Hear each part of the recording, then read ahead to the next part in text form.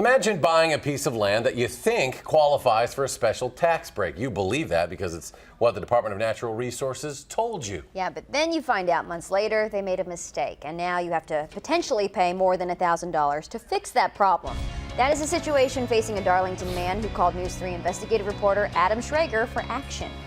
Jim Kostoris says it's like buying a used car and then being told 9 months later you have to pay for parking tickets collected on the vehicle before you ever owned it.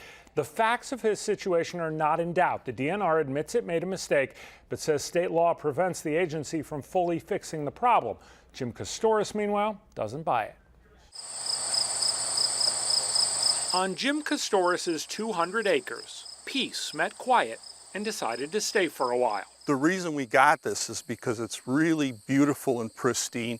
We intend to keep it that way. Before he bought the Iowa County land once owned by Wisconsin's first governor, Henry Dodge, he tried to make sure it fit in the state's program to manage and preserve its forests. We had the DNR come out and they looked at the property. His local forester spent half a day with him, looking at the skies for bald eagles and at maps to see if the land qualified for the tax break he'd get by keeping it as it is. I don't want to say he signed off on it, but he pretty much gave us, it's okay.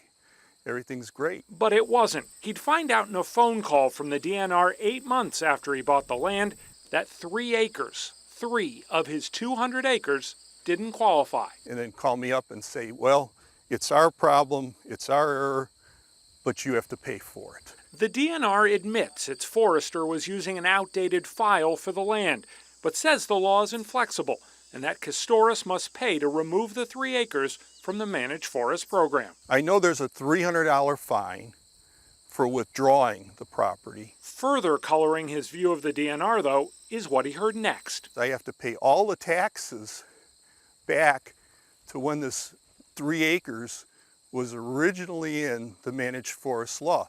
I'm paying taxes for property that I never owned. Under state law, the managed forest obligation goes with the land, not with its owner. So Jim Kostoris will owe 11 years' worth of back taxes at a higher rate, potentially thousands of dollars. One of the DNR people said it's like a perfect storm of about 5 Murphy's Laws all coming together on top of you. And just when you thought this situation was strange enough, there's this. I'm trying to get a description of exactly where the 3 acres are. I don't really know. And I've asked about that too. Where are the 3 acres? There's somewhere out there. What else is out there now is Jim Kostoris' patience level. This has just been very, very frustrating.